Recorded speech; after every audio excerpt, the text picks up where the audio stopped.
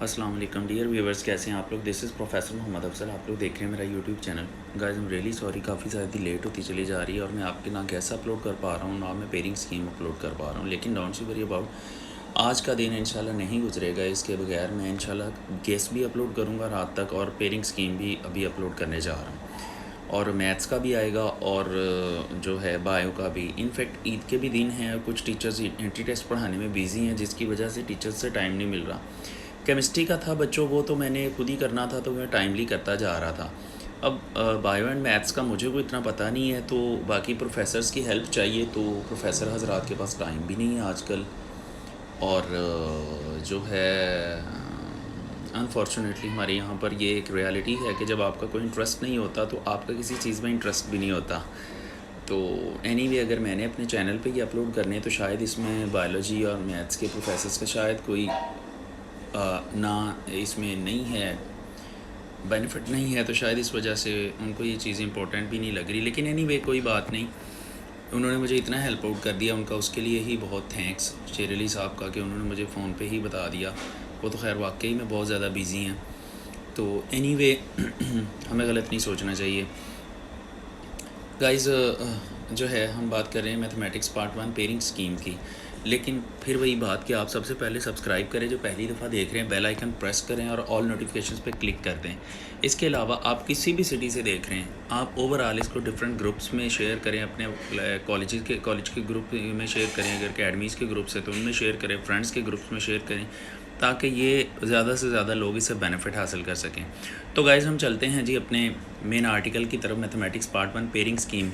Guys सबसे पहले MCQs की बात करते हैं। 20 मार्क्स के 20 एमसीक्यूज़ आने हैं। चैप्टर 1, 2, 5, 9, 10, 11, 13, 14 में से एक एमसीक्यू आना है। और अगर हम बात करें चैप्टर 3, 4, 6, 7, 8 एंड 12, तो गाइज़ इसमें से हर चैप्टर में से 2-2 एमसीक्यूज़ आने हैं। तो उस हिसाब से आप देख लें।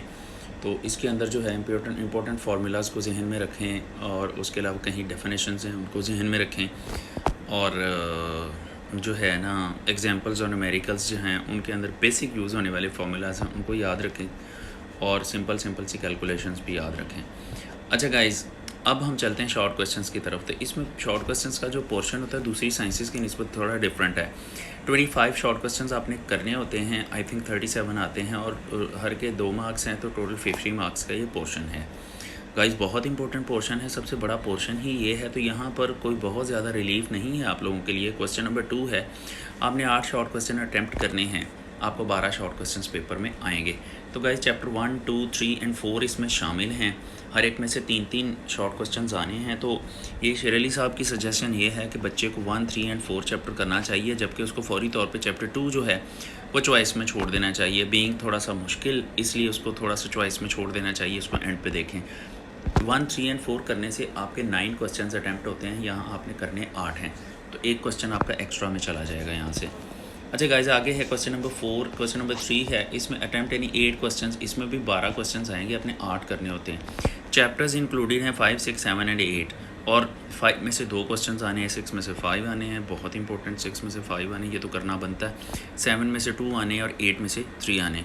इनमें से जो शेर अली साहब की सजेशन है वो ये है कि चैप्टर नंबर 8 को ड्रॉप कर दिया जाए, वो मुश्किल है। तो 5, 6 एंड 7 अगर एक स्टूडेंट कर लेता है तो उसके 9 क्वेश्चंस जो होते हैं वो अटैम्प्ट हो जाते हैं। तो गाइज यहाँ पर भी एक एक्स्ट्रा आपको मिल जाएगा। 8वां चैप्टर आप चॉइस में अभी छोड़ दें।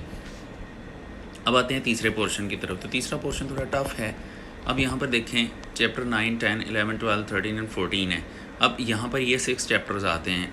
तो चैप्टर 9 में से 3 क्वेश्चंस हैं, चैप्टर 10 में से 3 क्वेश्चंस हैं, चैप्टर 11 में से 1 क्वेश्चन है, चैप्टर 12 में से 3 हैं, चैप्टर 13 में से 1 है, चैप्टर 14 में से 2 हैं। अच्छा गाइज़, अब इसमें ना थोड़ा गैस लगना मुश्किल है। वैसे तो देखा जाए तो इसमें से 9 क्वेश्चंस करने हैं, तो चैप्टर 9, 10 एंड 12 जो है इनको मिलाकर 9 क्वेश्चंस बन जाते हैं। लेकिन ये प्रोफेसर शेर अली साहब की सजेशन है कि इस चैप्टर में से सारे चैप्टर, इस पोर्शन में से सारे चैप्टर्स किए जाएं, चॉइस में कोई ना छोड़ा जाए, मुश्किल हो जाती है। हाँ, ये उन्होंने ज़रूर हिंट दिया है कि चैप्टर 11 की एक एक्सरसाइज 11.1 कर लें, उसी में से क्वेश्चन आपको मिल जाता है। इसी तरह से चैप्टर 14 जो है इसमें थोड़ा रिलीफ है आपके लिए कि इसके पहले 2 क्वेश्चंस कर लें, बस पहले 2 क्वेश्चंस में से ही एक क्वेश्चन आ जाता है। तो इसका मतलब है 11 चैप्टर पे आपको रिलीफ मिल गया, 14 चैप्टर्स के जो बाकी क्वेश्चंस है उसका रिलीफ मिल गया। चैप्टर 13 में से वैसे एक आना है। अगर आपकी बहुत अच्छी तैयारी नहीं है तो आप इसको एक साइड पे कर दें, लेकिन ये ट्रिग्नोमेट्री का सेक्शन है, ये सारे एक दूसरे के साथ इंटर रिलेटेड है, इसमें फार्मूलाज भी बहुत याद करने होते हैं, तो आप उन फार्मूलाज को ज़रा अच्छी तरह करिएगा।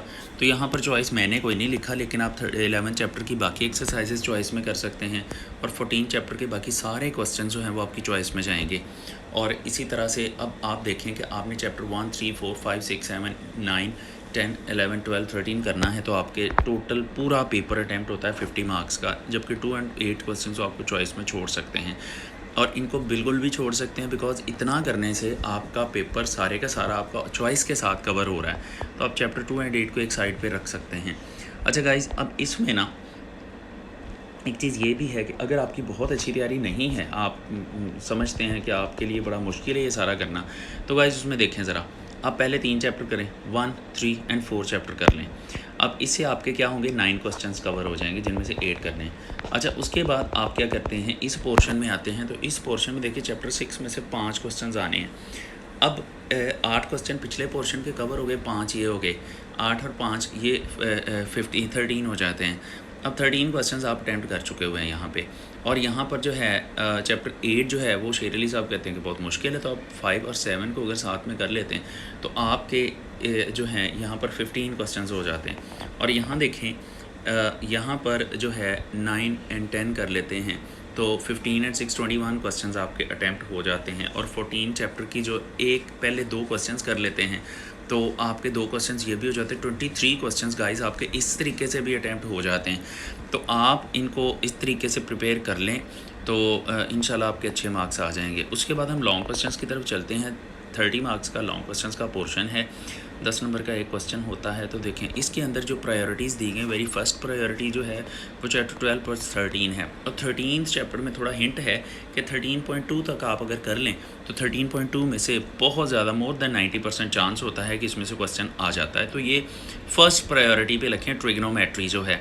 उसके बाद जो है सेकंड प्रायोरिटी पे चैप्टर 9+10 है। अब ये भी आई थिंक ट्रिग्नोमेट्री का है, तो इसका मतलब है कि ट्रिग्नोमेट्री में से टोटल आपको 20 मार्क्स का पेपर वैसे ही मिल जाएगा लॉन्ग के को अटैम्प्ट करने में।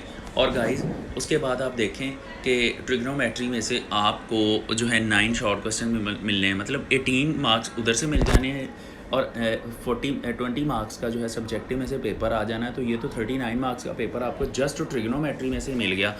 तो गाइज़ आपको ट्रिग्नोमेट्री को सबसे पहले अटैम्प्ट करना चाहिए, आप अपने 40 मार्क्स जो हैं वो तो कवर करें। फिर उसके अलावा देखें, अगर MCQs की तरफ चलते हैं तो MCQs भी तो देखें ना। MCQs जो हैं चैप्टर नंबर 9, 10, 11, 13, 14 और 8, 12, इन सारे चैप्टर्स को मिलाकर 1, 2, 3, 4, 5, 6, 7, 8, 9, 10, 11 MCQs भी आने हैं इसमें से। तो दैट मीन्स 50 मार्क्स का पेपर तो आपका चैप्टर नंबर 7 से ऑनवर्ड हो जाता है। 7 से ऑनवर्ड अगर आप करते हैं तो आपका 51 मार्क्स का पेपर अटैम्प्ट हो जाता है, 50 और 51 मार्क्स का। तो दैट्स ग्रेट।